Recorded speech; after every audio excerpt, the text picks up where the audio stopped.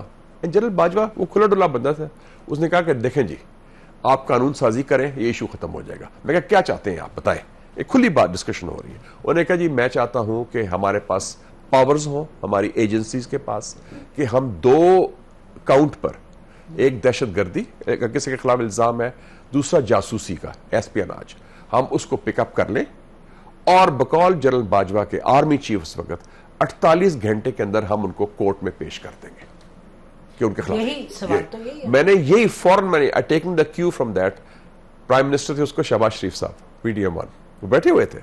میں کہا شہباز صاحب seize the moment, seize the are,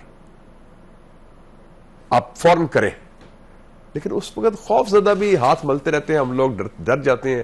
کیا ہوا؟ Nothing happen. پھر ہماری کمیٹی کی میٹنگ بھی ہوئی, یہ سردار اختر مینگل صاحب کی کمیٹی کی, اس میں پرائم منسٹر جو نہیں with the prime minister to implement, ہاں وہی جو سردار اختر مینگل صاحب کی کمیٹی بڑی اچھی. ہاں افراسیاب خٹک صاحب بھی تھے اس میں, سینیٹر افراسیاب خٹک صاحب جو ہیومن رائٹس کے بڑی سارا ایکسپیرمنٹ بھی ہے. ہم سب ملے تو اس میں بھی ہم نے یہی بات کی, امپلیمنٹ دا رپورٹ, شروعات تو کریں. تو سب چیز آپ کے سامنے ہے. اگر یہ مسنگ پرسنز, یہ میری رپورٹ, اختر مینگل صاحب کی رپورٹ, جو میری بات ہوئی جنرل باجوہ سے پارلیمنٹری کمیٹی اور نیشنل سیکیورٹی, یہ کر دیں تو 70% بلوچستان کا مسئلہ آج حل ہو جائے گا وداؤٹ اینی ڈاؤٹ. اس میں ضرورت نہیں کسی کی. اچھا اب بات چلی پڑی, اگر آپ کی نیت ہے حل کرنے کی, اگر آپ میں ہمت ہے. میں پچھلے دنوں دیکھ رہا تھا, بڑا اچھا کالم آیا تھا, آپ نے ناصر کھوسا صاحب کی بات کی, ان کے بڑے زبردست بھائی بھی ہیں, ہاں وہ تو جو ہے طارق کھوسا جو آئی جی رہے, وہ کتاب بھی لکھی. انہوں نے کتاب بڑا اچھا آرٹیکل ہے ڈان میں, ڈیپتھس آف ڈیسپیئر, اور پہلے انہوں نے لکھا تھا کویسٹ فار جسٹس. وہ آرٹیکل بھی آپ دیکھ لیں. So it's no rocket science. ہمیں جانا نہیں پڑے گا ٹرمپ کے پاس کہ ہمیں ہتھیار دو یا ہمیں یہ دو. The solution lies here. It's a man-made problem. یہ پرابلم ہم نے خود پیدا کیا ہے, ہماری غفلت, ہماری غلطیوں سے, ہماری زیادتیوں سے. اس کو خود ہم حل کر سکتے ہیں, ہمارے ہاتھ میں ہے, ابھی بھی ہمارے ہاتھ میں ہے اس کا مسئلہ حل کرنا. ناظرین اس پوائنٹ پہ ہم بریک لیتے ہیں, بریک کے بعد واپس آتے ہیں. Stay with us. Welcome back ناظرین, ہمارے ساتھ مشاہد حسین سید صاحب ہیں. اس پرابلم کو اگر آپ دیکھیں تو مجھے لگتا ہے کہ دیکھیں نا, جو فوج کا ایک رول رہا ہے وہ تو ہے, اور اس پر ہم بات کرتے ہیں, تو there is no shying away from it. اور ایک یہ بھی کہیں گے ہم کہ دنیا جہان کی فوجیں جو ہیں وہ ڈٹرمن کرتی ہیں ایڈورسری کو, وہ ایک طریقہ ہے ان کا, it's a standard way.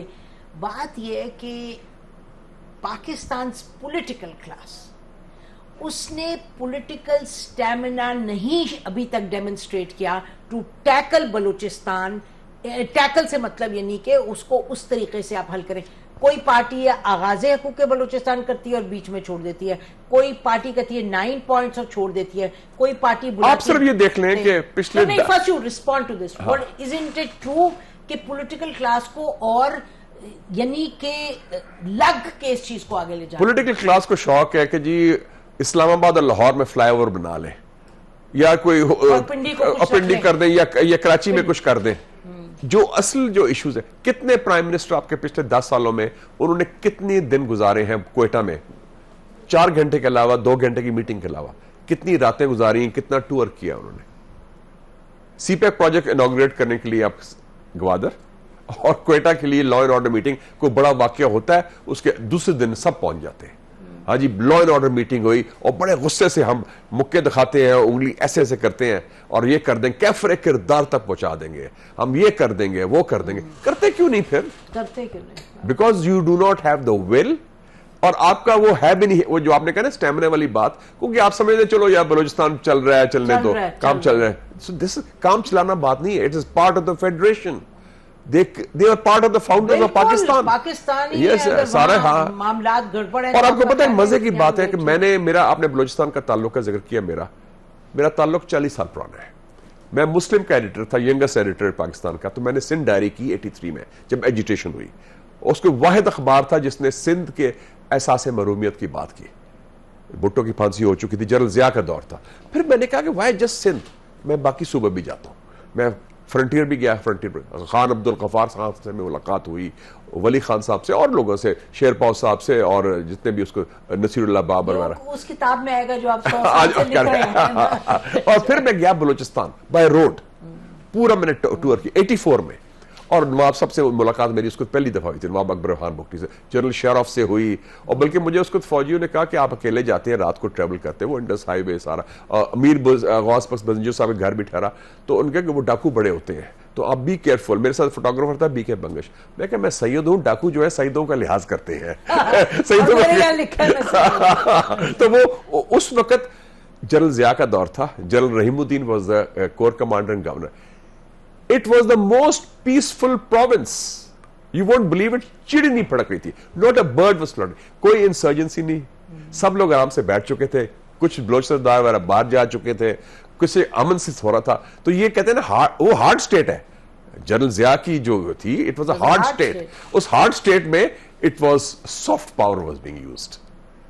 by General Rahim Uddin, by General Zia brought all of them back. Yes, انہوں نے حیدرآباد کنسپریسی کیس کیا. So you see, it's not a question of hard or soft. hard state میں soft power استعمال ہوئی اور پرامن بلوچستان تھا. میں بلوچستان یونیورسٹی بھی گیا, آرام سے پھرتا تھا, کوئی نہیں, کوئی. وہ ٹھیک ہے افغان جہاد چل رہا تھا, وہ پشتون علاقوں میں تھے, وہ افغان طالبان جو مجاہدین وغیرہ کی ٹریننگ لوگ بات کرتے تھے, لیکن Balochistan was most peaceful. Hamid Karzai صاحب کے والد صاحب بھی وہاں رہتے تھے اس زمانے میں. تو یہ حال. سو اس وقت اگر آپ کی سوچ ہو, اگر آپ کچھ معاملہ کرنا چاہیں, اٹس ناٹ اباؤٹ فوج اور سول اور لیفٹ اور رائٹ. آپ کی ہمت ہو, پولیٹیکل ول ہو, ویژن ہو, اور امپلیمنٹ کرنے کی کیپیسٹی کر سکتے ہیں. میں فوج اور اس کی بات کیوں کری ہوں, اس لیے میں بات کری ہوں کہ مجھے لگتا ہے کہ پولیٹیکل کلاس کو کہیں لیڈ کرنا ہوتا ہے, ابھی کرنا چاہیے. تو اگر میں یہی سنوں ہر ایک سے, بھائی کیا کریں, یہ تو فوج, صرف بیانات آئے تھے اسلام آباد سے, یہ it's not good enough to keep saying کہ فوج, بھائی فوج کو سیکورٹی کیا کرے گی. You disagree, you have to lead. آپ لیڈ کر رہے ہیں, پولیٹیکل کلاس بیٹھی ہے. ناظرین اس پوائنٹ پہ ہم بریک لیتے ہیں, بریک کے بعد واپس آتے ہیں. Stay with us.